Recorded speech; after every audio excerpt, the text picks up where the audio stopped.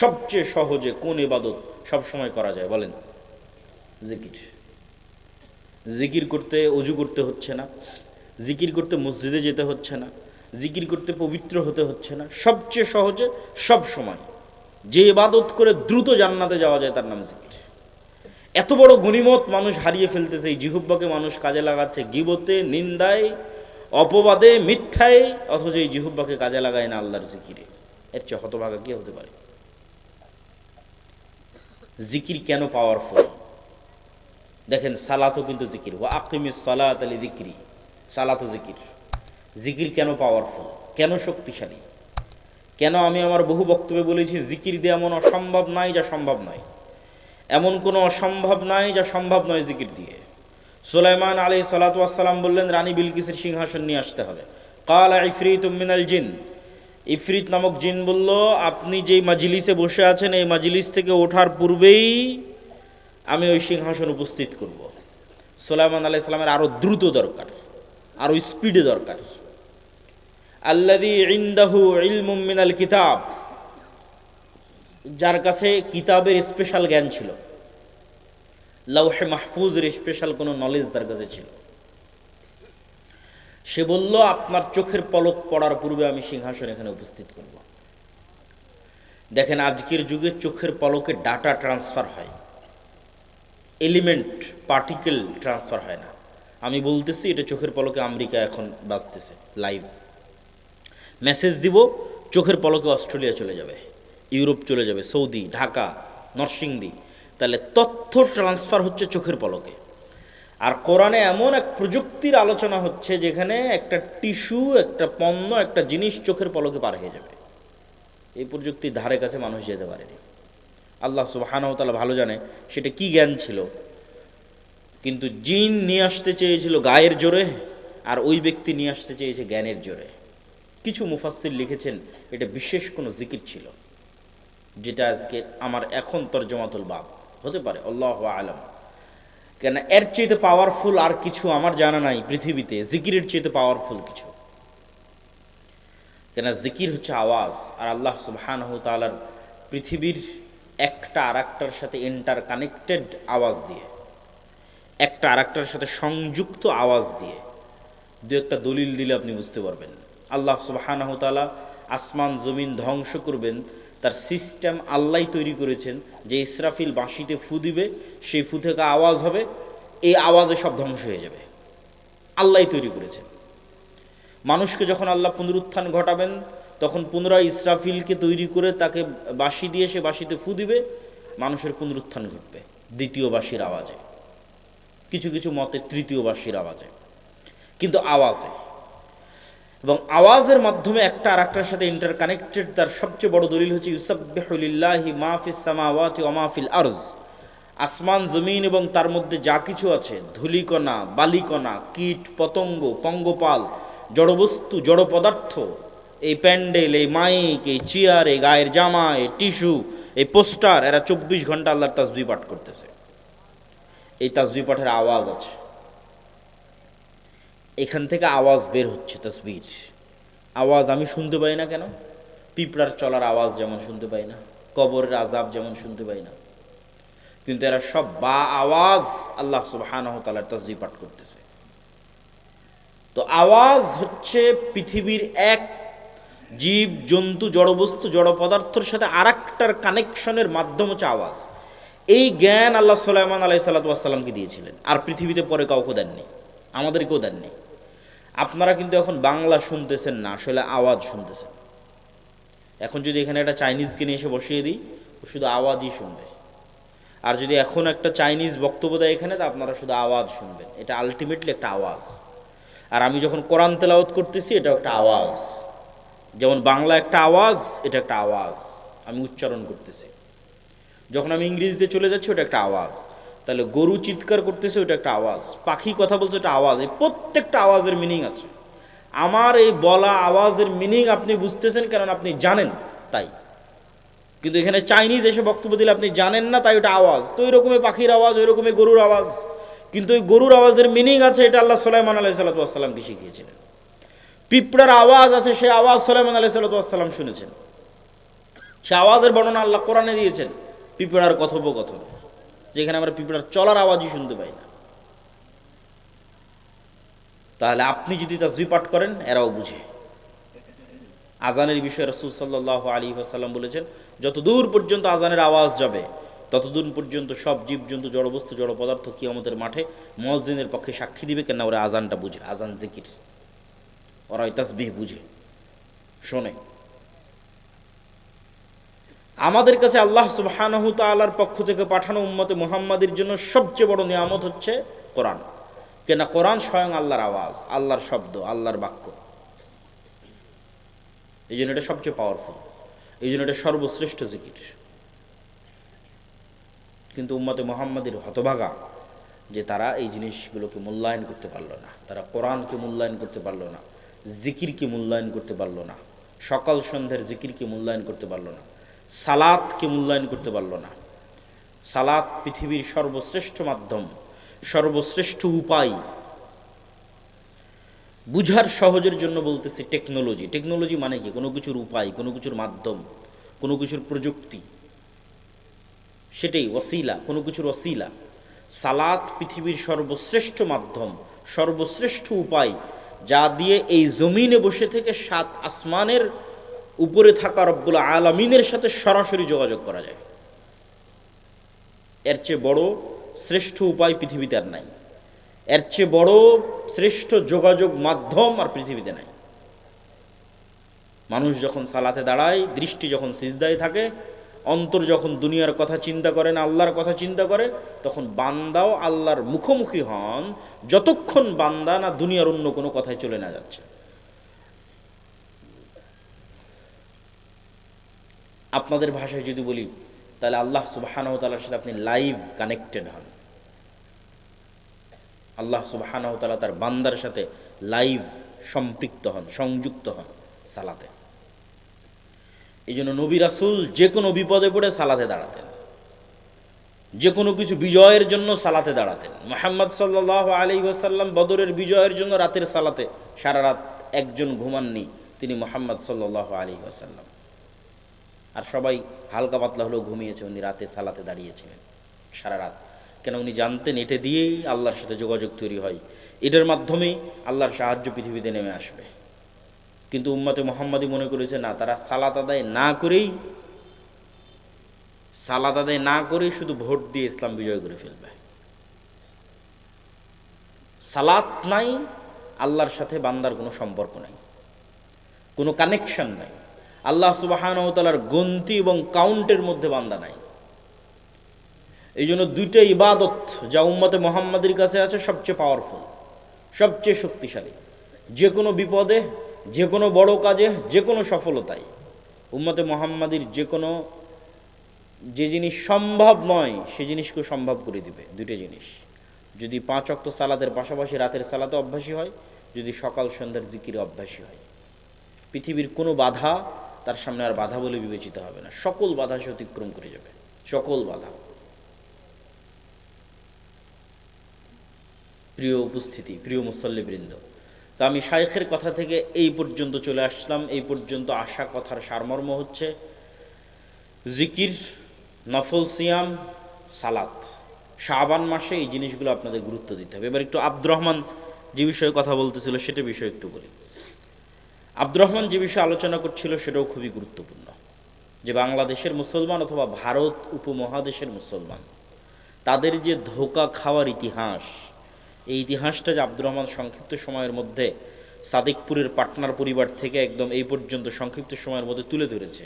এই যে ধোঁকা খাওয়ার ইতিহাস, 1757 সালের 23শে জুন পলাশির আম্রকাননে মুসলিম সালতানাতের যে অধঃপতন শুরু হয় এবং 1857 সালের সিপাহী বিদ্রোহে যেটা প্রকৃত বাস্তব রূপ পায়, তারপরে 100 বছরের যে জিহাদ, 200 বছরের যে জিহাদ আন্দোলন, 1947-এ যেটা সামান্যতম নামকাস্তে হলো পাকিস্তান এবং বাংলাদেশ নামে দুইটা রাষ্ট্রের তৈরি হয়।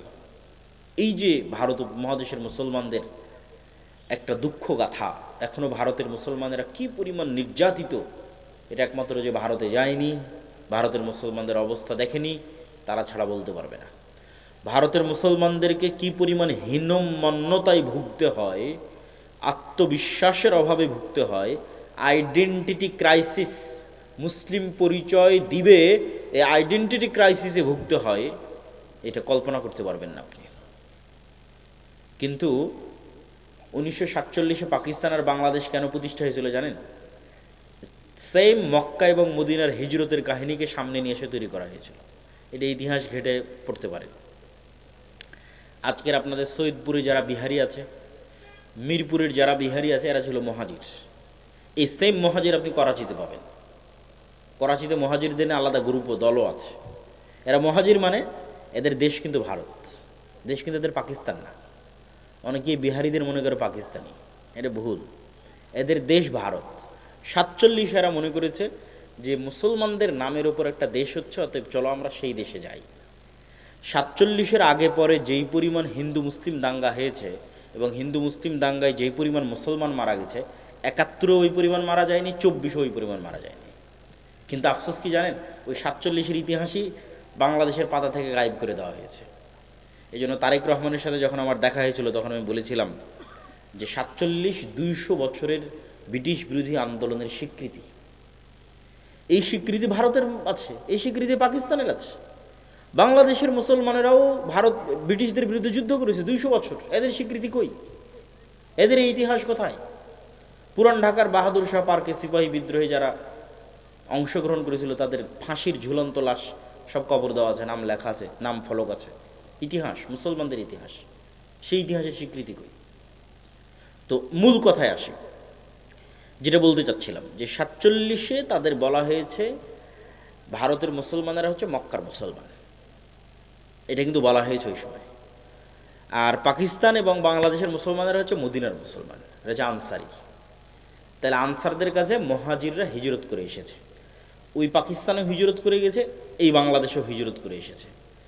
কেন আজকে তোমরা পাকিস্তান আলাদা হলো এবং কেন তোমরা হিজরত করে যাচ্ছ? এই জন্য যে আমরা আজ থেকে 10, 15, 20 বছর পর মক্কা বিজয় করব। এবার বুঝেন কনসেপ্ট। মক্কায় মুসলমান রেখে এসেছি না, 30 কোটি মুসলমান রেখে আসা আছে ভারতে। তাহলে যতক্ষণ আপনি মক্কা বিজয় না করবেন ততক্ষণই মুসলমানদের কি হবে? ওই মুসলমানদেরকে এই আশ্বাস দিয়ে পাকিস্তান তৈরি হয়েছে যে আজকে তোমরা পাকিস্তান বাংলাদেশকে শক্তিশালী করো, একদিন এরা তোমাদের মুক্ত করবে। এরা এখন নিজেরাই বাঁচেন, আমাদের কি মুক্ত করবে? হ্যাঁ, নিজেরাই ইসলাম কায়েম করতে পারেনি, আমাদের কি মুক্ত করবে? কি আফসোস! অথচ ওই 47-এ যে ভারত প্রতিষ্ঠা হয়েছিল সেকুলারিজমের উপর, তারা এখন হিন্দুত্ববাদ প্রতিষ্ঠা করে দিয়েছে রাষ্ট্রে। আর মুসলমানের যদি এক গালে থাপ্পড় মারেন তো এইদিকে মুখ ঘুরে বলে আমি সেকুলার, আবার যদি আমি তার চেয়ে বড় লিবারেল, আমি তার চেয়ে বড় সেকুলার। যত থাপ্পড় খাবে তত বলবে সেকুলার, লিবারেল, একবারও মুখ খুলে বলবে না যে আমি মুসলমান। এই হলো পাকিস্তান আর বাংলাদেশের মুসলিম রাজনীতিবিদদের নিমকহারামি, হীনম্মন্যতা এবং আত্মবিশ্বাসহীনতার পরিচয়। এখান থেকে উত্তরণের রাস্তা কি? আব্দুর রহমান চমৎকার আলোচনা করেছে, জ্ঞানের আলোচনা করেছে। আসলেই এই জ্ঞানের কথা মুখে বলা যায়, কিন্তু বাস্তবে কয়জন করতে পারে? সবাই জীবন দিতে প্রস্তুত, কেউ জ্ঞান অর্জন করতে প্রস্তুত নয়। মানে অনেক যুবক এসে বলে আব্দুল্লাহ ভাই ডাক দেন, ডাক দিলে আমরা ঝাঁপিয়ে পড়বো, জীবন দিয়ে দেবো। জীবন তো দেওয়া লাগবে না, জীবন দেওয়া তো সহজ কাজ। জ্ঞান অর্জন করে প্রতিষ্ঠান তৈরি করবে কয়জন? প্রতিষ্ঠান মানে আমি মাদ্রাসার কথা বলিনি, মাদ্রাসাও একটা প্রতিষ্ঠান, এটাও ভালো, কিন্তু জ্ঞান অর্জন করে মুসলমানদের মিডিয়া তৈরি করবে কয়জন? জ্ঞান অর্জন করে মুসলমানদের অর্থনৈতিক প্রতিষ্ঠান তৈরি করবে কয়জন? তোমরা ডাটা অ্যানালাইসিস করে দেখো, এক বছরে, আজ থেকে কয়েক বছর আগের জরিপ, যে ব্রাকের 1 বছরের লেনদেনের পরিমাণ ছিল 12,000 কোটি টাকা। আমার ধারণা সারা বাংলাদেশের সব মসজিদ, সব মাদ্রাসা, কি আহলে হাদিস, কি হানাফি, কি পীর, কি ফকির, সব মিলে 12,000 কোটি টাকার লেনদেন হবে না। তাহলে কত শক্তিশালী একটা অর্থনৈতিক প্রতিষ্ঠান হতে পারে যারা 1 বছরে 12,000 কোটি টাকার লেনদেন করতে পারে? ওইটা তো জ্ঞান ছাড়া সম্ভব না, এটা জীবন দিয়ে হবে নাকি? তুমি তো আব্দুর রহমান তো বললো তুমি 24 জীবন দিয়েছো, 71 জীবন দিয়েছো, 47 জীবন দিয়েছো, তোমার ভাগে কিছু আসেনি। ওই আবেগের ভাগে কিছু আসবে না। ভাগে আসবে কাদের? যাদের হাতে রাষ্ট্রের মূল পিলারের প্রতিষ্ঠানগুলোর কন্ট্রোল আছে। এটা রাষ্ট্র কিছু পিলারের উপর দাঁড়িয়ে থাকে, স্তম্ভের উপর দাঁড়িয়ে থাকে। ওগুলোর যে বড় বড় প্রতিষ্ঠান আছে ওগুলোর কন্ট্রোল তুমি যতক্ষণ না নিবা, এটা রাসূল সাল্লাল্লাহু আলাইহি ওয়াসাল্লাম ভালো বুঝতেন। উনি মদিনায় গিয়ে দেখেন মদিনার সব টাকা পয়সার কন্ট্রোল ইহুদিদের হাতে। আর আনসারিরা হচ্ছে কৃষক, এরা ব্যবসা বুঝে না। তাহলে এই আনসারিদের দিয়ে টাকা পয়সার কন্ট্রোল হবে না? আর টাকা পয়সার কন্ট্রোল ছাড়া নামকা অস্তে মদিনা সনদের প্রধানমন্ত্রী থেকে মোহাম্মদ সাল্লাল্লাহু আলাইহি ওয়াসাল্লাম দেশ চালাতে পারবে না। 24 ঘন্টা ইহুদিদের কাছে মাথা নত রাখতে হবে টাকার জন্য। ইহুদিরা তখনও সুদের কারবার করত। তো মোহাম্মদ সাল্লাল্লাহু আলাইহি ওয়াসাল্লাম মুহাজিরদের আনসারদের বললেন, তোমাদের সম্পত্তি যা আছে কেউ 3 ভাগের 1 ভাগ, কেউ 2 ভাগ, কেউ অর্ধেক মুহাজিরদের দাও। এরা ব্যবসা জানে, এরা ব্যবসা করতে পারবে। ব্যবসা করলে টাকার কন্ট্রোল আমার সাহাবীদের হাতে আসবে, মানে আমার হাতে আসবে। সাহাবীরা ব্যবসা শুরু করলেন। চোখের পলকে রাসূল সাল্লাল্লাহু আলাইহি ওয়াসাল্লামের জীবদ্দশাতে আব্দুর রহমান বিন আউফ, জুবাইর ইবনুল আওয়াম, এরা রাসূল সাল্লাল্লাহু আলাইহি ওয়াসাল্লামের জীবদ্দশাতে উসমান ইবনে আফফান, এরা কোটিপতি, মাল্টিবিলিয়নার। রাসূল সাল্লাল্লাহু আলাইহি ওয়াসাল্লামের একটা কুয়া দরকার ছিল মসজিদ নববীর নিকটস্থ, যেটাতে মুসলমানদের ওযু করবে, গোসল করবে। সেই কুয়া ওসমান রাদিয়াল্লাহু তাআলা কিনে দিয়েছেন। ওই কুয়ার মালিক ইহুদি ছিল। তাহলে ওই কুয়া যদি না কিনতে পারতো, ইহুদির কাছে গিয়ে অনুমতি চাইতে হতো, ভাই তোমার কুয়া ব্যবহার করবো, অনুমতি দাও। এটা হলো অর্থনৈতিক দাসত্ব। তাহলে যতক্ষণ আপনি পিলারগুলোর কন্ট্রোল নিজের হাতে না নেবেন, আপনি যতই আন্দোলন করেন, যতই জীবন দেন, এই রাষ্ট্র আপনার হাতে আসবে না। এটা মুহাম্মদ সাল্লাল্লাহু আলাইহি ওয়াসাল্লাম ভালো জানতেন। বদরের যুদ্ধ অবশ্যই ধর্মীয় যুদ্ধ, কিন্তু বদরের যুদ্ধের কারণগুলোর মধ্যে দেখেন আবু সুফিয়ানের ব্যবসায়িক কাফেলা বন্ধ করে দেওয়া হয়েছে। কারণ যেখান থেকে যুদ্ধটা শুরু হচ্ছে, আবু সুফিয়ান মক্কায় রিটার্ন ব্যাক করতে পারতেছে না। সেখান থেকে বার্তাবাহক চিঠি নিয়ে গেছে আবু জাহালের কাছে যে মুহাম্মদ সাল্লাল্লাহু আলাইহি ওয়াসাল্লামের সাহাবীরা তার ব্যবসায়িক যাত্রা বন্ধ করে দিয়েছে, বাঁচাতে হবে। কেননা বিজনেস রুট বন্ধ হয়ে গেলে মক্কার মানুষের টাকার কন্ট্রোল কমে যাবে। মুহাম্মদ সাল্লাল্লাহু আলাইহি ওয়াসাল্লামের রাস্তার উপর দিয়ে তোমাকে ব্যবসা করতে হবে। তাহলে বিজনেস রুটের কন্ট্রোল আমার হাতে, মানে টাকার মালিক আমি। প্রিয় উপস্থিতি, এই জন্য বেকার মুসলমানের হাতে আল্লাহ সুবহানাহু ওয়া তাআলা ক্ষমতা দিবেন না। বসে থাকা মুসলমানের হাতে আল্লাহ সুবহানাহু ওয়া তাআলা ক্ষমতা দিবেন না। টাকা উপার্জন করতে হবে, সময় নষ্ট করার সুযোগ নাই। 24 ঘন্টা কাজে লাগাতে হবে, প্রোডাক্টিভ ওয়েতে। ওই যে নিন্দা, গীবত, মিছিল, মিটিং, বিড়ি, সিগারেট, টাকা দিলে ভোট কেন্দ্রে চলে যাওয়া, এগুলো সব আত্মসম্মান বিক্রি করা এবং সময় নষ্টের কাতারে পড়ে। ওই সময়টা প্রকৃত জায়গায় কাজে লাগাতে হবে, জ্ঞান অর্জনে কাজে লাগাতে হবে, ব্যবসায় কাজে লাগাতে হবে, টাকা উপার্জনে কাজে লাগাতে হবে। উম্মতে মুহাম্মাদি ব্যবসায়ী জাতি, উম্মতে মুহাম্মাদি চাকরিজীবী কম ছিল না।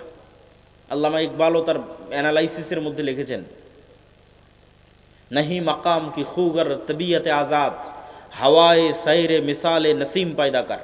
যে একটা নির্দিষ্ট কাজ নির্দিষ্ট এলাকার মধ্যে সীমাবদ্ধ হয়ে থেকে যাবে, এটা মুসলমান নয়। মুসলমান হচ্ছে সকালবেলার বাতাসের হাওয়ার মতো, যার কোনো সীমানা নাই, যার কোনো বর্ডার নাই। কোন সাহাবীকে আপনি পাবেন যার নিজ শহরে মৃত্যু হয়েছে, যার নিজ বাড়িতে মৃত্যু হয়েছে? খুব কম সংখ্যক সাহাবীকে পাবেন। সব কোনো বর্ডার বিহীন, যে যেদিকে পেরেছে সে সেদিকে দাওয়াত নিয়ে ছুটে গেছে। কেউ ব্যবসা নিয়ে, কেউ জিহাদ নিয়ে, কেউ বসরায়, কেউ কুফায়, কেউ ইরাকে, কেউ নিশাপুরে। কাউকে নিজ শহরে পাবেন না। এগুলো মুসলমানদের স্বভাব ছিল এরকম। ব্যবসা করতে করতে চলে গেছে ইন্দোনেশিয়া পর্যন্ত, চলে গেছে ব্রুনাই পর্যন্ত, সেই পর্যন্ত চলে গেছে ইসলামের দাওয়াত। কিন্তু আজ মুসলমানেরা চাকুরিজীবী হওয়াতে তাদের এই স্বাধীন চেতা স্বভাব নষ্ট হয়ে গেছে। চাকুরিজীবী থাকবে, সমাজের এক অংশ চাকরি করবেই, কিন্তু ব্যবসায়িক উদ্যোগ নিতেই হবে। এটা মুহাম্মদ সাল্লাল্লাহু আলাইহি ওয়াসাল্লামের সাহাবীদের অন্যতম বৈশিষ্ট্য। তো আমি বলছিলাম আব্দুর রহমান যে আলোচনা করেছে, চমৎকার আলোচনা করেছে। জ্ঞান অর্জন করতে হবে, অর্থনৈতিকভাবে সক্ষম, ভারসাম্যপূর্ণ হতে হবে। যেমন আব্দুর রহমান জ্ঞানের শক্তির কথা বলেছে, অর্থের শক্তিও আপনি দেখতে পাচ্ছেন যে আজকের পৃথিবীর সকল শক্তির কেন্দ্রবিন্দু হচ্ছে ডলার ভিত্তিক অর্থনীতি। আপনি নিশ্চিত থাকেন এই ডলার ভিত্তিক অর্থনীতির যেদিন পতন হবে, ওই দিন আমেরিকার পতন হবে। যেদিন আমেরিকার পতন হবে, ওই দিন ডজন খানেক মুসলিম রাষ্ট্রে ইসলামিক খেলাফা কায়েম হয়ে যাবে। সময় লাগবে না, আধা ঘন্টা থেকে 1 ঘন্টার মধ্যে প্রতিষ্ঠা হয়ে যাবে। 1 ঘন্টা থেকে 2 দিন, 1 সপ্তাহের মধ্যে প্রতিষ্ঠা হয়ে যাবে।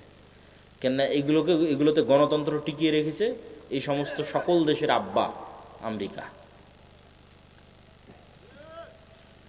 তো এই জন্য তাদের হাতে কন্ট্রোল কি? টাকার কন্ট্রোল।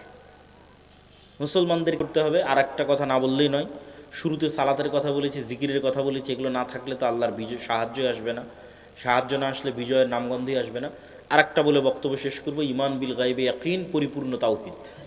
পূর্ণাঙ্গ তাওহীদ কি? পূর্ণাঙ্গ তাওহীদ হচ্ছে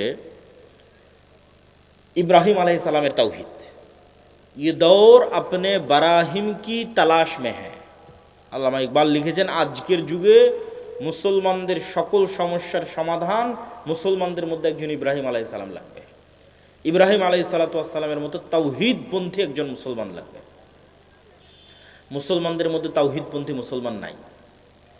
বিভিন্নভাবে উদাহরণ দিতে পারবো। যারা তো কবরে যাচ্ছে, মাজারে যাচ্ছে, পূজায় যাচ্ছে, শিরক করছে, বেদাত করছে, তাবিজ কবজ ব্যবহার করছে, এদের কথা তো বাদই দিলাম। ধরেন আপনি আহলে হাদিস এবং সালাফি, আপনি এরকম বড় কোনো শিরকে লিপ্ত হন না, তারপরেও বলবো পূর্ণাঙ্গ তাওহীদ কি আপনি বুঝতে পারেন। আপনার ইলাহ ওই কবরে শুয়ে থাকা বাবা নয়, আপনার ইলাহ মাটির উপরে থাকা মা কালী, মা দুর্গাও নয়, আপনার ইলাহ তাবিজ কবজও নয়, কিন্তু আপনার ইলাহ যে আপনার নিজের নাফসকে বানিয়ে নিয়েছেন। ইলাহু হাওয়া, নিজের মনের প্রবৃত্তিকে যে ইলাহ বানিয়ে নিয়েছেন, তাহলে কেমনে বলবেন আপনি শতভাগ তাওহীদপন্থী মুসলমান? এটা তো হলো না। আসলামা ওয়া তাল্লাহু লিল জাবিন, দুইজন ইসলাম গ্রহণ করলো, আত্মসমর্পণ করলো। শাব্দিক অনুবাদ ইসলাম গ্রহণ করলো, আসলে আত্মসমর্পণ করলো আল্লাহর সিদ্ধান্তের সামনে। মানে ওদের হাওয়া, ওদের নাফসের প্রবৃত্তি ওদের ইলাহ নয়। ইব্রাহিমের ইলাহ তার নাফস নয়, কিন্তু আমাদের অসংখ্য মানুষের ইলাহ তার নিজের নাফস। বিড়ি সিগারেট ছাড়তে পারেন না, তাহলে ইলাহকে নিজের নাফস। নেশা ছাড়তে পারেন না, জুয়া ছাড়তে পারেন না, ইলাহকে নিজের নাফস। অবৈধ সম্পর্ক ছাড়তে পারেন না, ইলাহকে নিজের নাফস। 5 ওয়াক্ত সালাত আদায় করতে পারেন না, ইলাহকে নিজের নাফস। যদিও এগুলো যত আলোচনা বলতেছি, সব আলোচনাই আল্লাহর পথে যাত্রা বইয়ের মধ্যে আছে। আল্লাহর পথে যাত্রা এবং মাসিকুল ইতিসাম, এই বইগুলো গুরুত্ব দিয়ে পড়া উচিত। তাহলে প্রকৃত তাওহীদপন্থী মুসলিম আপনি কখন হতে পারবেন? যখন আপনি না নারী, না টাকা, না বিড়ি সিগারেট, না জুয়া, অন্য বড় শিরক বাদ দিয়েছে। কিন্তু আগেই যেগুলো 90% মুসলমান যে শিরক বিদআত সেটা বাদ দিয়েছি, মনে করে নিয়েছে আপনারা আহলে হাদিস সালাফি, আপনারা এগুলোর মধ্যে নাই। আপনি আসেন কিসের মধ্যে? আপনি আসেন নিজের নাফসকে ইলাহ বানিয়ে নিয়েছেন। হয় নারী, না হয় টাকা, না হয় নেশা। এগুলোর থেকেও যে মুক্ত হয়ে যাবে, না হয় ক্ষমতা। ক্ষমতা আপনার পায়ে সিজদা দিবে, কিন্তু আপনি যদি ক্ষমতার দরজায় গিয়ে সিজদা দেন, ইসলাম প্রতিষ্ঠা হবে না, কম্প্রোমাইজ করতে হবে। এই জন্য ক্ষমতার নেশা থেকেও মুক্ত। এই হলো পূর্ণাঙ্গ তাওহীদপন্থী ইব্রাহিম আলাইহিস সালামের মতো মুসলমান। আর একটা লাগবে ঈমান বিল গায়বে ইয়াকিন, যেটা আমি বলেছি যে বাংলাদেশের অন্তত 40 থেকে 50% মানুষের ঈমান বিল গায়বে ইয়াকিন যদি না হয়, তাহলে কেউ বাংলাদেশের রাষ্ট্র ক্ষমতায় গিয়ে পূর্ণাঙ্গ ইসলাম প্রতিষ্ঠা করতে পারবে না। বাংলাদেশের মানুষই ওকে টেনে হেঁচড়ে ক্ষমতা থেকে নামাবে। সেই ঈমান বিল গায়বে ইয়াকিন কি? তার 1 নাম্বার পরকালের উপর ইয়াকিন। তার 1 নাম্বার গায়েবের 1 নাম্বার হচ্ছে পরকালের উপর ইয়াকিন। যে দেখতে পাবে পরকালে তার জান্নাতের ঘর, তার জান্নাতের প্লট, তার জান্নাতের ফ্ল্যাট, তার জান্নাতের বাড়ি, তার জান্নাতের খাবার, ওটা দেখতে পাবে। আর পাগল থাকবে ওই জান্নাতে যাওয়ার জন্য, দুনিয়া তার কাছে কিছুই না। এই লেভেলের ঈমান যতক্ষণ অর্জন না হয়েছে, আমাকেও যদি আপনি কালকে ক্ষমতায় পাঠিয়ে দেন, আর আমি যদি ঘোষণা দিই সারা বাংলাদেশে আমি ইসলাম প্রতিষ্ঠা করে দিলাম, যখন সব দেশ বাংলাদেশকে বয়কট করে দিবে, জিনিসপাতির দাম বেড়ে যাবে, বিদ্যুৎ থাকবে না, এসি ফ্রিজ চলবে না, আপনারা আন্দোলন করে ক্ষমতা থেকে নামিয়ে দিবেন। এটাই বাস্তব। আর না হলে যে বলছে আমি ইসলাম বাস্তবায়ন করবো, করতে পারবে না, ও কম্প্রোমাইজ করবে, পুরো ইসলাম বাস্তবায়ন করবে না। আব্বারা যতটুকু অনুমতি দিবে ততটুকু করবে। তাহলে উপায় কি? উপায় অন্তত 30-40-50% মানুষের ঈমান হতে হবে আসহাবুল উখদুদের ঈমান, হতে হবে আসহাবে কাহফের ঈমান। আসহাবুল উখদুদ কারা? ওয়ামা নাকামু মিনহুম ইল্লা ইউমিনু বিল্লাহিল আজিজিল হামিদ। আসহাবুল উখদুদকে বলা হয় ঈমান ছাড়ো, না হয় সামনে আগুন আছে, ঝাঁপিয়ে পড়ে পুড়ে মরে যাও। সব ওই আগুনে ঝাঁপিয়ে পড়ে পুড়ে মরে গেছে। কেন? ওরা ওই আগুনে জান্নাত দেখেছে, এই জন্য। বলেন আল্লাহু আকবার। এটা ওদের ঈমান ছিল, এই আগুনে জান্নাত আছে। এই একই ঈমানের পরীক্ষা দাজ্জালের সময় হবে। আর ওদের পিছনে যে ঘর বাড়ি থেকে গেছে, ওই ঘর বাড়ির মধ্যে ওরা জাহান্নামের আগুন দেখতে পেয়েছে, স্বচক্ষে দেখতে পেয়েছে। ওই লেভেলের ওদের ইয়াকিন ছিল। যেই দিন অন্তত 30-40-50% মানুষের ঈমান ওই লেভেলে পৌঁছে যাবে যে আমরা তো দুনিয়াতে এসেছি জান্নাতে যাওয়ার জন্য, আখেরাতে জান্নাতে নিজের ঘর তৈরি করবো এই জন্য। দুনিয়া তো পরীক্ষার জায়গা। আম হাসিবতুম আন তাদখুলুল জান্নাহ ওয়ালাম্মা ইয়াতিকুম মাসালুল লাযীনা খালাউ মিন ক্বাবলিকুম মাসাতহুমুল বা'সা ওয়াদ-দাররা ওয়া যুলজিলু হাত্তা ইয়াকুলার রাসূল ওয়াল লাযীনা আমানু মা'আহু মাতা নাসরুল্লাহ। জান্নাত কি তোমাদের মামার বাড়ি? জান্নাত কি তোমাদের নানির বাড়ি? জান্নাত কি হাতের মোয়া যে প্রবেশ করে গেলে ওই বিপদ, ওই আপদ, ওই কষ্ট, ওই দুঃখ তোমরা সহ্য করলে না, যে কষ্ট, যেই দুঃখ তোমাদের অতীতে যারা চলে গেছে তারা সহ্য করেছে। শালে সেই দুঃখ সেই কষ্ট তো সহ্য করা লাগবে। ওই দুঃখ ওই কষ্ট সহ্য করার মেন্টাল প্রস্তুতি থাকতে হবে, তবে পূর্ণাঙ্গ ইসলাম প্রতিষ্ঠা হবে। এই মেন্টাল প্রস্তুতি অন্তত 50% বেশি মানুষের থাকতে হবে, তবে সম্ভব। ওটার নাম ইমান বিল গায়েবে ইয়াকিন। গায়েবে অদৃশ্য জগতের উপর ইয়াকিন তৈরি করতে হবে। অদৃশ্য জগতের উপর ইয়াকিন ছাড়া মুসলমানদের গোলামি থেকে মুক্তি সম্ভব নয়। বানু ইসরাইলকে মুসা আলাইহিস সালাতু ওয়াস সালাম মুক্ত করেছেন যখন মুসা আলাইহিস সালাতু ওয়াস সালাম আমাদের চেয়ে দুর্বল ছিলেন। আজকের উম্মতে মুহাম্মাদি, আজকের আমেরিকা, আজকের ইসরায়েলের তুলনায় সেই লেভেলের দুর্বল নয় যত দুর্বল মুসা আলাইহিস সালাম আর বানু ইসরাইল ফেরাউনের কাছে ছিল।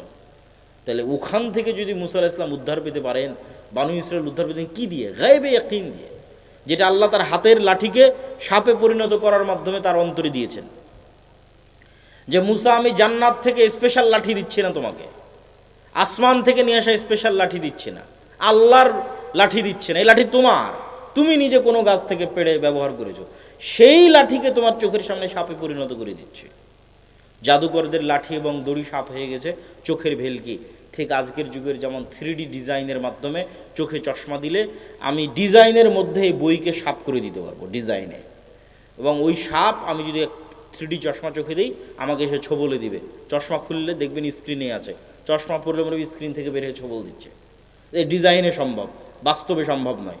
তাহলে ওইটা ছিল কোনো এক প্রযুক্তি, জাদুকরী প্রযুক্তি, যেখানে চোখে মনে হচ্ছে আর এগুলো তো সব সাপ হয়ে গেছে, বাস্তবে হয়নি। আর মুসা আলাইহিস সালামেরটা যেটা বাস্তবে নীল নদে যে সাপ ঘুরে বেড়াচ্ছে, সমুদ্রে যে সাপ আছে, শীতলক্ষাতে যে সাপ আছে, ওই বাস্তব সাপ আরও পাওয়ারফুল। ওই জন্য সব জাদুকর সিজদা দিয়ে দিয়েছে। এইটা সম্ভব নয়, পৃথিবীর কোনো প্রযুক্তিতে এটা সম্ভব নয়, একমাত্র আল্লাহর শক্তিতে সম্ভব। তা আল্লাহর শক্তিতে যদি এটা সম্ভব, তার মানে যা দেখা যাচ্ছে সবই উল্টা মনে করতে হবে। যেখানে হাতের লাঠি সাপ হয়ে গেছে, সেখানে আমি চোখে যা দেখছি সবই উল্টা। চোখে দেখছি ফেরাউন অনেক শক্তিশালী, আসলে শূন্য। যা চোখে দেখছেন সবই উল্টা। আল্লাহ চাইলে এগুলো সেকেন্ডে সব উল্টে দিতে পারে। মুসা আলাইহিস সালামের ওই ইয়াকিন অর্জন হয়েছে দেখেই তো উনি ফেরাউনের সামনে যেতে পেরেছেন, নাহলে তো উনি ফেরাউনের ভয় পালিয়ে গেছিলেন, মৃত্যুদণ্ডপ্রাপ্ত আসামি ছিলেন, কথা ভালোভাবে বলতে পারতেন না। কোন সাহসে উনি যাবেন ফেরাউনের সামনে? আল্লাহকে আবার বলতেছেন, আল্লাহ আমার সহযোগিতার জন্য আমার ভাইকে দাও। সব কিছু সাথে করে নিয়ে তারপরে উনি গেছেন, কিন্তু ওনার অন্তরে আল্লাহ ইমান বিল গায়বে ইয়াকিন তৈরি করেছে একটা জিনিস দিয়ে, হয়ে গেছে ইয়াকিন। এই ইয়াকিন আজকের মুসলমানদের লাগবে, ইমান বিল গায়বে ইয়াকিন, আল্লাহর ক্ষমতা, আল্লাহর অস্তিত্ব এবং আল্লাহর শক্তির উপর ইয়াকিন এবং আল্লাহ ভরসা। ওই লেভেলের আল্লাহ ভরসা, ওই লেভেলের ইয়াকিন, ওই লেভেলের তাওহীদ, ঠিক আছে? অন্তত 20% মানুষও যদি তৈরি হয়ে যায়, তারপরে জ্ঞান, বিজনেস, অর্থনৈতিক সক্ষমতা, রাষ্ট্রের বড় বড় প্রতিষ্ঠানের, রাষ্ট্রকে কন্ট্রোল করবে এরকম বড় বড় প্রতিষ্ঠান তৈরি করতে পারা, কিচ্ছু লাগবে না। 80% ইসলাম এমনি কায়েম হয়ে যাবে। বাংলাদেশের যত ওসি, ডিসি, এসপি, সচিবালয়, এসিল্যান্ড, যাদের কথা আব্দুর রহমান বলল, এরা তো আর ভারতের নয়, এরা তো আর আমেরিকার নয়, নরসিংদীর ছেলে। ওরা যদি বলে আজকে থেকে বলবো সত্য করব নাই, 80% ইসলাম একদিনে প্রতিষ্ঠা হয়ে যাবে। কিন্তু ওই লেভেলের মানুষ তো আমাদের তৈরি করতে হবে। এই মানুষ তৈরি করাটাই হচ্ছে আসল এবং প্রকৃত কাজ। সম্মানিত উপস্থিতি, আল্লাহ সুবহানাহু ওয়া তাআলা মুসা আলাইহিস সালাতু ওয়াস সালামের মতো দুর্বল নবীকে, ফেরাউনের চেয়ে শক্তির দিক থেকে অনেক দুর্বল, এবং বানু ইসরাইলের মতো দুর্বল কওমকে যেভাবে মুক্তি দিয়েছেন, উম্মতে মুহাম্মাদীকে ওই রাস্তাতেই তিনি মুক্তি দিবেন এবং মুক্তি দেওয়ার রাস্তা আছে। এই আস্থায় ভরসা আল্লাহর উপর রাখতে হবে। সমস্যা হচ্ছে কি, যে বানু ইসরাইলদের 300 বছরের ফেরাউনের গোলামিতে যে স্বভাব চরিত্রে বিকৃতি এসেছিল, উম্মতে মুহাম্মাদের 200 বছরের ইউরোপীয় উপনিবেশের গোলামিতে সেই বিকৃতি এসেছে। Same copy paste. ইউসুফ আলাইহিস সালামের মৃত্যুর পর থেকে নিয়ে মুসা আলাইহিস সালাম পর্যন্ত এই যে লম্বা সময়, কেউ লিখেছে 300, কেউ লিখেছে 400, এই লম্বা সময়ে বানু ইসরাইল ছিল ফেরাউনের গোলাম। ইউযাব্বিহুনা আবনাআকুম ওয়া ইস্তাহইউনা নিসাআকুম ওয়া ফি যালিকুম বালাউম মির রাব্বিকুম আযীম। ছেলে সন্তানদের জবাই করা হতো, মেয়েদের বাঁচিয়ে রাখা হতো। এই গোলামিতে ওদের স্বভাব চরিত্র নষ্ট হয়ে গেছে। কেমন নষ্ট হয়ে গেছে? এরা নবীর সন্তান হওয়ার পরও বলে লান নাসবিরা আলা তুআমিন ওয়াহিদ ফাদউ লানা রাব্বাক, তারপরে লান নু'মিনা হাত্তা নারাল্লাহ জাহরাতান, তারপরে ইযহাব আনতা ওয়া রাব্বুকা ফাকাতিলা। এগুলো সব সূরা বাকারা থেকে পড়তেছি। যেসব বানু ইসরাঈলের ঘটনা আল্লাহ সূরা বাকারায় তুলে ধরেছে। নবীর সন্তান হওয়ার পরে বলছে, মুসা তুমি আর তোমার আল্লাহকে যুদ্ধ করো। নবীর সন্তান হওয়ার পরে বলতেছে, তোমার আল্লাহকে যতদিন না দেখবো ততদিন ঈমান আনবো না। নবীর সন্তান হওয়ার পর বলছে, এক মান্নার এক সালোয়ায় এক খাবারে আমরা সন্তুষ্ট না। তাহলে কিভাবে তাদের স্বভাব চরিত্র বিকৃত হয়ে সংকীর্ণ মনে হয়ে গেছে যে তারা ইয়াকুব আলাইহিস সালামের সন্তান হওয়ার পরও, ইসাক আলাইহিস সালামের সন্তান হওয়ার পরও, ইউসুফ আলাইহিস সালাম এবং তার ভাইদের সন্তান হওয়ার পরও তাদের আজ এই অবস্থা। আজ উম্মতে মুহাম্মাদের একই অবস্থা। 200 বছর ইউরোপীয় উপনিবেশের গোলামি করার কারণে মুসলমানদের রক্তের মধ্যে মিথ্যা, রক্তের মধ্যে দুর্নীতি, রক্তের মধ্যে ধোঁকা ঢুকে গেছে। প্রকৃত গোলামি তো ওইটা। এই জন্য আমি বলেছি গণতন্ত্র হচ্ছে গোলাম তৈরির কারখানা। কেন গোলাম তৈরির কারখানা? এই গণতন্ত্রের পুরো প্রসেসটা মিথ্যা দিয়ে পরিপূর্ণ। যত এমপি পদপ্রার্থী নির্বাচন কমিশনে তাদের হলফনামা জমা দিয়েছে, মিথ্যা যেন না হয় যেন 99% বলতেছে, আমার ধারণা 100%ই 99%ই মিথ্যা তথ্য জমা দিয়েছে হলফনামাতে। তার সম্পাদের বিবরণীতে মিথ্যা তথ্য জমা দিয়েছে 99%। এই পুরো প্রসেসটা মিথ্যার উপর দাঁড়িয়ে আছে। একই দলের একই আসনের মনোনয়ন প্রার্থী যদি তার আর এক মনোনয়ন প্রার্থীর বিরুদ্ধে লবিং, লিয়াজু, গিবত, টাকার লেনদেন না করে, ওর দলই ওকে মনোনয়ন দেবে না। যতজন মনোনয়ন পেয়েছে সবকে লবিং, লিয়াজু, টাকার লেনদেন, দৌড় ঝাঁপ, গিবত, নিন্দা, এই প্রত্যেকটা ধোঁকা এবং মিথ্যার রাস্তা অবলম্বন করে মনোনয়ন নিয়ে আসতে হয়েছে। এই যে মিথ্যা এবং ধোঁকার রাস্তার মধ্যে যাচ্ছে, এটা তো ইটসেলফ গোলামি। এটাই তো গোলামির কালচার। মুসলমানেরা যেন গোলামির কালচার থেকে বের হতে না পারে, এই জন্য গণতন্ত্র দেওয়া। তাহলে এই সমস্ত এমপি যারা নির্বাচিত হয়ে সংসদে যাচ্ছে, আমি এদেরকে বলি এরা নেতা নয়, এরা কি বলেন তো? বলেন না যে এরা কি? আরো জোরে বলেন, এরা কি? গোলাম। এই সমস্ত গোলামকে 2 টাকা দিয়ে কিনে নিতে পারবে ভারত, 2 টাকা দিয়ে কিনে নিতে পারবে আমেরিকা। কেন? এরা আগেই 2 নম্বরই করে মনোনয়ন নিয়েছে, আগেই 2 নম্বরই করে হলফনামা জমা দিয়েছে। সব মিথ্যুক, দুর্নীতিবাজ। তো ওরা কী করবে? ওদেরকে টাকা দিয়ে কিনে নেওয়া যে কারোর জন্য খুব সহজ। তার গণতন্ত্র হচ্ছে গোলাম তৈরির কারখানা। যতক্ষণ আপনি এই কালচার থেকে বের না হতে পারবেন, এই গোলামির কালচার থেকে, ততক্ষণ লিডার, নেতা তৈরি হবে না। নেতা তৈরি হতে হলে সত্যবাদিতা, ন্যায়পরায়ণতার উপর ভিত্তি করেই প্রতিষ্ঠিত হওয়ার মাধ্যমে নেতা তৈরি হবে, ক্লিয়ার নেতা তৈরি হবে। নেতা মানে নির্বাচন করে নেতা হতে হয়, এটা ভুল কথা। এই চিন্তা থেকে বেরিয়ে আসতে হবে। আপনি আজকে নেতা হতে পারবেন। আপনাকে ছোট্ট বুদ্ধি দিয়ে দিই, আপনি সমাজের যে কোনো অন্যায়ের বিরুদ্ধে দাঁড়াবেন। তাহলে প্রথমে কোন অন্যায়ের বিরুদ্ধে দাঁড়াবেন? আপনার নিজের পরিবারের অন্যায়ের বিরুদ্ধে দাঁড়াবেন। সেটা কি? আপনার বাপ যে মারা গেছে, আপনার বোনকে সম্পত্তি ন্যায়েরভাবে বুঝিয়ে দিয়েছেন? যদি না দিয়ে থাকেন তাহলে আপনি আর এক গোলাম। আপনি যদি দেশের প্রধান হন, আপনি যদি এমপি হন, আপনি তার চেয়ে বেশি দুর্নীতি করবেন, তাহলে আপনি আগে নেতা হন। আপনি আগে নেতার কালচার তৈরি করেন যে কি, আমার বাপ যা সম্পত্তি রেখে গেছে এটা আমি ন্যায়ের ভিত্তিতে আমার বোনদেরকে বুঝিয়ে দেব। আমার দাদা যে সম্পত্তি রেখে গেছে আমি ন্যায়ের ভিত্তিতে ফুফুদের বুঝিয়ে দেব। আমি কি আমার স্ত্রীর সাথে ন্যায় করি? আমি কি আমার মায়ের সাথে ন্যায় করি? আমি কি পিতার সাথে ন্যায় করি? ভাইয়ের সাথে ন্যায় করি? যদি করেন তাহলে ইউ আর এ লিডার, আপনি নেতা। আর যদি না করেন আপনি গোলাম। এবার যদি দেখেন যে হ্যাঁ আমি নেতা, তাহলে এবার সমাজে যত অন্যায় চলছে সব অন্যায়ের বিরুদ্ধে দাঁড়ান। যে কোনো অন্যায়, সেটা এমপি করুক, মন্ত্রী করুক, চেয়ারম্যান করুক, মেম্বার করুক, ওর বিরুদ্ধে দাঁড়ান, কথা বলেন, আপনি এমনি নেতা হয়ে যাবেন। এরকম যে কোনো এক নেতাকে আল্লাহ সুবহানাহু ওয়া তাআলা কবুল করে নিয়ে মোল্লা ওমর বানিয়ে দিয়েছে আফগানিস্তানে। এমনি আল্লাহ সুবহানাহু ওয়া তাআলা কবুল করে নিয়েছে। কার নিয়ত আল্লাহ সুবহানাহু ওয়া তাআলা কখন কবুল করে নেয় আল্লাহ উপরওয়ালা আল্লাহ সুবহানাহু ওয়া তাআলা ভালো জানে। কিন্তু ন্যায়পরায়ণতা এবং সত্যবাদিতার উপর যারা প্রতিষ্ঠিত থাকবে এরা নেতা হবে, বাই ডিফল্ট নেতা হবে। এর জন্য নির্বাচন করে নেতা হওয়া লাগবে না। কেন? ওই যে সিস্টেম, ওই সিস্টেমটা মিথ্যা, ধোঁকা, দুর্নীতি দিয়ে পরিপূর্ণ, যেখানে গেলে আপনাকে মিথ্যা, ধোঁকা এবং দুর্নীতির আশ্রয় নিতে হবে। কেউ যদি মিথ্যা, ধোঁকা, দুর্নীতির আশ্রয় নিয়ে গণতন্ত্রের মধ্যে থাকতে চায় এবং যদি থাকতে পারে, তাহলে তার পরিণতি হবে ওসমান হাদির মতো। যদি থাকতে চায়, থাকতে পারে, ওকে গুলি করে উড়িয়ে দেবে। এই সিস্টেম সত্যবাদী, ন্যায়পরায়ণ মানুষ সহ্য করতে পারবে না।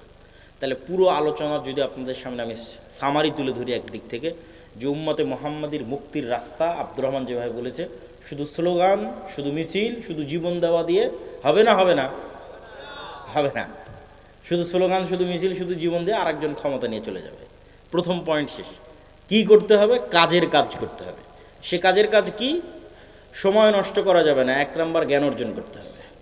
2 নম্বর অর্থনৈতিকভাবে সক্ষম হতে হবে, ব্যবসা করতে হবে। 3 নম্বর সত্যবাদী এবং ন্যায়পরায়ণ হতে হবে, যাতে আপনি নেতা হতে পারেন। এই নেতা হওয়ার কালচার শুরু হবে আপনার পরিবার থেকে, তারপরে সমাজে, আশেপাশে, তারপরে পুরো রাষ্ট্রে আল্লাহ আপনাকে কবুল করে ফেলতে পারে, যে কাউকে কবুল করে ফেলতে পারে। তারপরে কি হবে, আপনি যখন এই মানের নেতা হয়ে যাবেন তখন আপনি বিপদ এবং বাধার সম্মুখীন হবেন, নিশ্চিত থাকেন। ওই বিপদ এবং বাধা সেই অতিক্রম করতে পারবে যে শতভাগ তাওহীদপন্থী। ওই বিপদ বাধা সেই অতিক্রম করে ধৈর্য ধরতে পারবে যে ঈমান বিল গায়বে ইয়াকিন রাখে। ওই বিপদ বাধায় আল্লাহ তাকেই সাহায্য করবে যে 5 ওয়াক্ত সালাতে আছে, রাতের সালাতে আছে, সকাল সন্ধ্যার জিকিরে আছে। এই পরের তিনটা যদি না থাকে তাহলে ওই বিপদ বাধাতেই শেষ, ও সামনে আগাতে পারবে না। বিপদ বাধা অতিক্রম করে বিজয় আনার জন্য তিনটা লাগবেই: পূর্ণাঙ্গ তাওহীদের অনুসারী, ঈমান বিল গায়বে ইয়াকিন তথা পরকালমুখী চিন্তা, 5 ওয়াক্ত সালাতের পাশাপাশি রাতের সালাত এবং সকাল সন্ধ্যার জিকির। এই গুণ যদি কোনো এক এইরকম নেতার মধ্যে একত্রিত হয়ে যায়, যেই নেতা জ্ঞানী, যেই নেতা অর্থনৈতিকভাবে সক্ষম, যেই নেতা সত্যবাদী এবং ন্যায়পরায়ণ, কারো কাছে বিক্রি হয় না, পরোয়া করে না, অন্যায়ের বিরুদ্ধে প্রতিবাদ করে, এরকম কোনো এক নেতার মধ্যে যদি এই তিনটে গুণ একত্রিত হয় যে সে পূর্ণাঙ্গ তাওহীদপন্থী, সে পূর্ণাঙ্গ ঈমান বিল গায়বে ইয়াকিন রাখে, সে 5 ওয়াক্ত সালাতের পরে রাতের সালাত আদায় করে এবং সকাল সন্ধ্যার জিকির করে, ওর দ্বারা বিজয় নিশ্চিত। এরকম 500 যুবক যদি তৈরি হয়ে যায়, বাংলাদেশের রাষ্ট্র ক্ষমতা না, এটা পুরো পৃথিবীর রাষ্ট্র ক্ষমতা দখলের মূলনীতি বলে দিলাম। এই রকম মানুষের হাত দিয়েই বিজয় হবে, এটা নিশ্চিত থাকেন, আজ হোক আর কাল হোক। ইসলামের বিজয় এরকম মানুষের হাত দিয়ে হবে, এটা শুধু বাংলাদেশের নয়, সারা পৃথিবীর। সাহাবীদের যদি আমল নামা বের করেন এগুলোই পাবেন, সাহাবীরা এরকমই ছিলেন। কেন এরকম ছিলেন আরও একটা দলিল দিয়ে বক্তব্য শেষ করে দিই। কেন এরা ছিল বানু ইসমাইল। বানু ইসমাইল কোনোদিন কারো গোলামি করেনি, কোনোদিন কারো গোলামি না করার কারণে এরা বেশিরভাগ মিথ্যা ধোঁকা এগুলো বুঝতো না। আব্দুল মুত্তালিব মুশরিক, আবু তালেব মুশরিক, কিন্তু ধোঁকাবাজ, দুর্নীতিবাজ, মানুষের সম্পদ মেরে নিয়েছে, খুঁজে পাবেন না, একটা প্রমাণ দিতে পারবে না। আমানতের খেয়ানত করেছে, পাবেন না। কেননা ইসমাইলের সন্তানেরা কোনোদিন গোলামি করেনি, আর গোলামি না করলে এই গুণগুলো মানুষের মধ্যে আসে না। ফলত তারা বাই নেচার, বাই ডিফল্ট নেতৃত্বের গুণ নিয়ে জন্ম নিয়েছিল। মুহাম্মদ সাল্লাল্লাহু আলাইহি সাল্লাম এবং তার আশেপাশের যারা সাহাবায়ে কেরাম ছিলেন, সেটা যদি আবু সুফিয়ানও হয়, আবু সুফিয়ানের পরবর্তী বংশ উমাইয়া খলিফারাও হয়, তাহলে এরা বাই নেচার নেতৃত্বের গুণ নিয়ে জন্ম নিয়েছিল। তার সাথে শুধু যুক্ত হয়েছিল তাওহীদ, ঈমান বিল গায়বে ইয়াকিন, সালাত, রাতের সালাত, সকাল সন্ধ্যার জিকির, এগুলো যুক্ত হয়েছিল। বাকি সত্যবাদীতে ন্যায়পরায়ণতার গুণ জন্মগতই ছিল। আর সেই গুণ আমরা 200 বছরের গোলামিতে হারিয়েছি। আশা করি আমি আপনাদের বুঝাতে পেরেছি। না বুঝাতে পারলে আল্লাহর পথে যাত্রায় বই পড়তে হবে। স্কুল, কলেজ, ইউনিভার্সিটি, মসজিদ, মাদ্রাসা, সব জায়গায় অন্তত সপ্তাহে 1 দিন হলো 2 পৃষ্ঠা করে এই বই পড়তে হবে, 3 পৃষ্ঠা করে, 1 পৃষ্ঠা করে হলো পড়তে হবে। পড়ে বুঝার চেষ্টা করতে হবে যে বই লেখক কি বলেছে। এটা প্রথম বই। যারা ভবিষ্যতে ইসলামের বিজয় দেখতে চায় তাদের জন্য অবশ্য পাঠ্য প্রথম বই। দ্বিতীয় বই আরও কিছুদিনের মধ্যে নিয়ে আসার চেষ্টা করতেছে ইনশাআল্লাহ, যদি আল্লাহ সুবহানাহু ওয়া তাআলা তৌফিক দেন। এই জন্য এই বইটাকে মূল্যায়ন করতে হবে। মসজিদ, মাদ্রাসা, স্কুল, কলেজ, ইউনিভার্সিটি, লাইব্রেরি, যে কোনো জায়গায় নাসিম ভাইদের প্রতি উদাত্ত আহ্বান থাকবে প্রতিটা মসজিদে প্রতি সপ্তাহে অন্তত শুক্রবারের দিন হোক, শনিবারের দিন হোক, 2 পৃষ্ঠা করে হল অধ্যয়ন করা। এটার মাধ্যমে চিন্তার দরজা উন্মুক্ত হবে এবং কিভাবে আমরা আল্লাহ সুবহানাহু ওয়া তাআলার কাছে সম্পৃক্ত হব, কানেক্টেড হব, শয়তান, নাফস, মালায়েকা, রূহ, এগুলোর গূঢ় রহস্য এবং তত্ত্ব কী, সালাত, সিয়াম, হজ, জাকাত কিভাবে আমাদের কাজে দেয়, গুনাহ আমাদের কত ক্ষতি করে, জিকির কিভাবে আমাদের উপকার করে, ঠিক আছে, অন্তরের অসুস্থতাগুলো কী, অন্তরের অসুস্থতা থেকে পরিশুদ্ধি কীভাবে সম্ভব, এগুলো সব বিষয়ে ব্যাপক এবং বিস্তারিত আলোচনা আছে। আল্লাহ সুবহানাহু ওয়া তাআলা আমাদের কবুল করুক। আল্লাহুম্মা আমিন।